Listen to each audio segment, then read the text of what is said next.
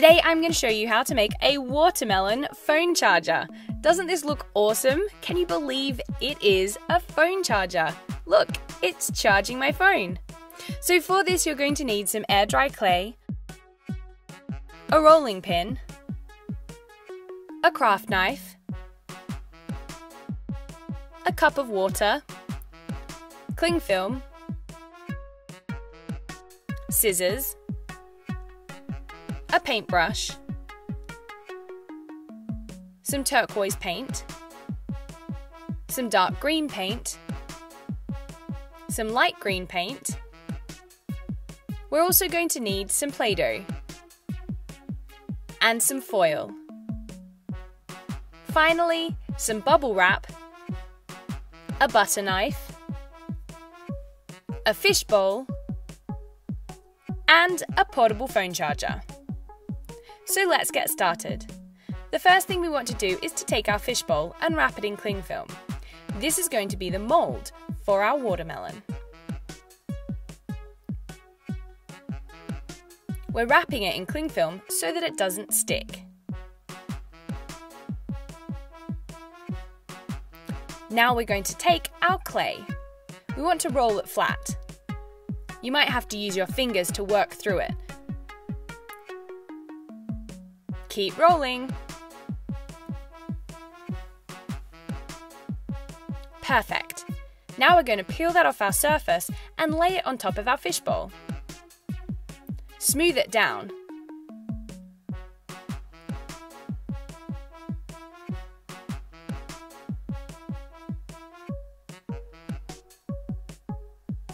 Great. Once it's smooth, you're going to take the craft knife and we're going to cut around the edge. We want to get rid of any excess clay and we want it to be a smooth edge.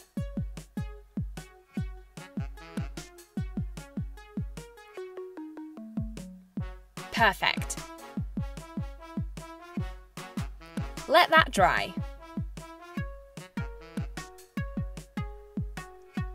Once it's dry, we're going to paint it. Start off with the turquoise.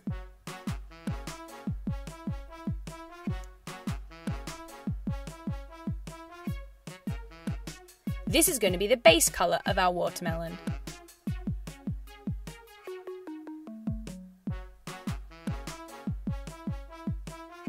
Perfect. We're now going to take a dark green paint.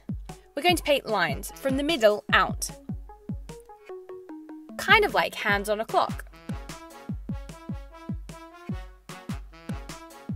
We don't want the lines to be perfect at all because then it won't look natural.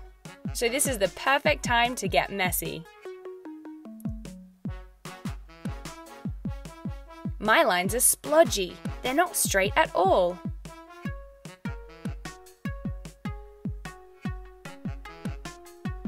Great. That looks perfect. A final one, and then we're going to start with the light green. I'm filling in the gaps. The turquoise is coming through slightly, but we want this natural shade of green instead. Again, we don't want the lines to be straight. We want them to be all natural and splodgy. If you're having trouble, why don't you get a real watermelon and copy the design?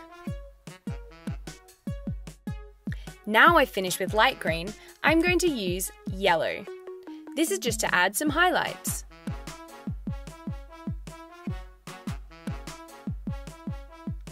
Here's a tip, try not to hold your brush too hard. This will make it look more natural. Perfect. Once that's really dry, you can take the fish bowl off.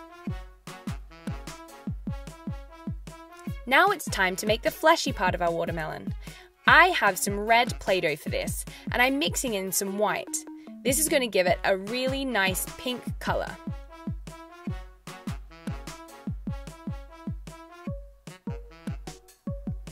I find that this is the best way to get a watermelon pink.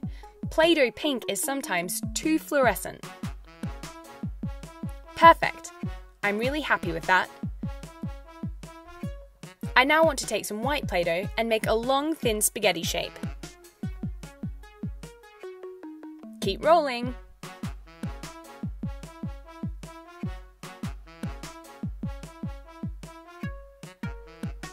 This is going to go around the edge of our watermelon. It's the rind. I'm now taking my pink Play-Doh and rolling it flat.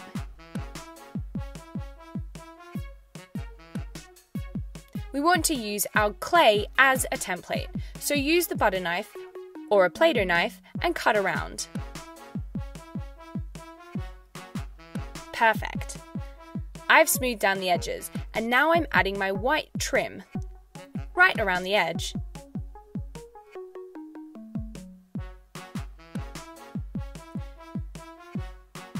Use the rolling pin to roll the white into the pink.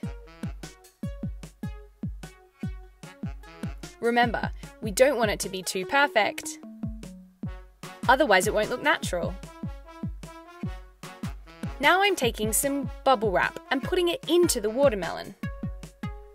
I'm also taking the phone charger and I'm wrapping the top in tin foil because we don't want to get any Play-Doh into the dock.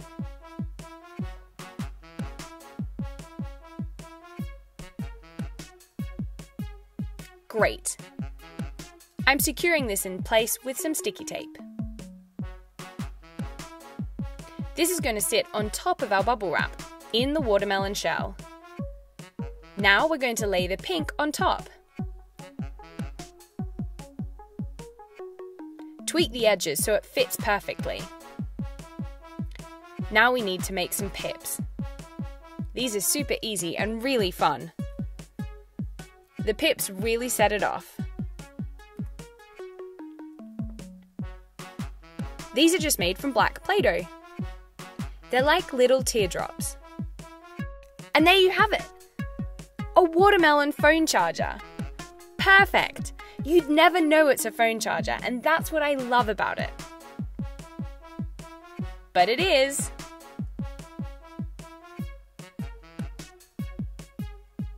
Super cool, huh?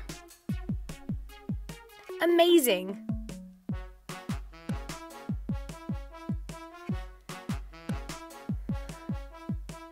Look at it go! This is so much fun to make, and it looks great. It's a great addition to any bedroom. Your very own watermelon phone charger. Fun! Today I'm going to show you how to make an Oreo notepad. That is a notepad and it looks like a giant Oreo. Isn't it awesome?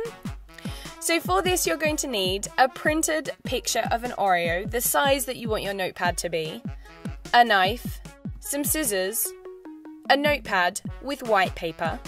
You're also going to need some thick card, 3D fabric paint, some glue, and some brown spray paint. Finally, some wire cutters. So let's get started. The first thing you want to do is to cut out your Oreo picture. This is going to become the template for the whole notepad, so like I said, make sure it's the right size. Now we're going to take our 3D fabric paint. We're going to trace over the detail on the printout. We want to put the 3D paint wherever the 3D ridge is on a normal Oreo.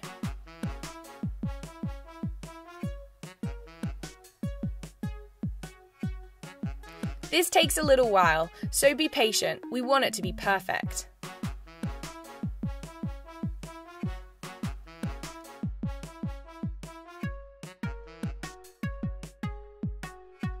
Great!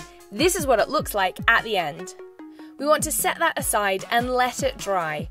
I left mine to dry overnight. It's really important that the puffy paint is completely dry. Now I'm going to take the card and I'm using my craft knife to cut out a square around the Oreo. I want to do this twice, once for the front of the notebook and once for the back. Perfect. I'm now using some heavy-duty spray glue to spray the Oreo template and stick it onto the card. Perfect. I'm now going to use my craft knife to cut around the Oreo.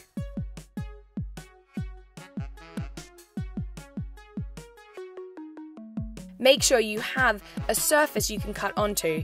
I've got a thick piece of card underneath, so I'm not damaging the worktop. We want to cut 2 circles, so using that original one as a template, cut your back cover out as well.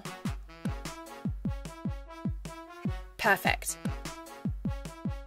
We now have the front cover with the Oreo design and the back cover. Now, according to the instructions on my puffy paint, I need to use an iron to activate the puffiness. I'm using an iron with a steam setting, and I'm simply steaming the paint. This means that the 3D effect comes out even more. Once that's done, it's time to paint. I'm using the brown spray paint, and I'm simply covering both the front and the back. And this is what it looks like when it's dry. Perfect, you can see the Oreo effect. It's exactly how I want it. Now we're going to add the front and back covers to the notepad. I'm using a pencil to trace my Oreo onto the front cover. Now I'm using a craft knife to cut around it.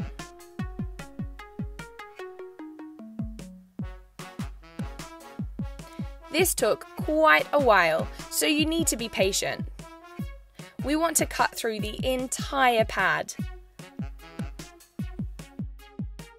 Keep going.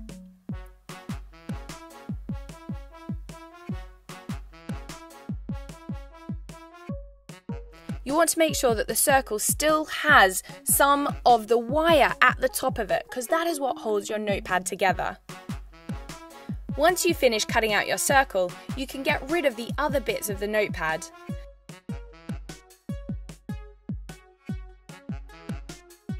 I'm using wire cutters to cut the wire.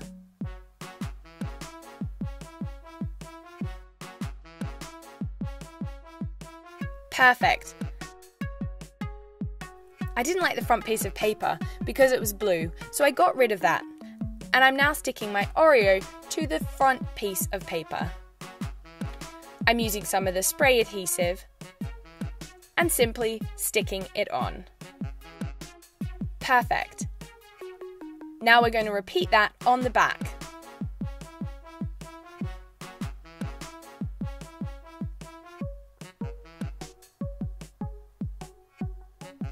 And there you have it, your Oreo cookie notepad. Doesn't that look amazing? It looks like an Oreo. Super cool, and actually super easy.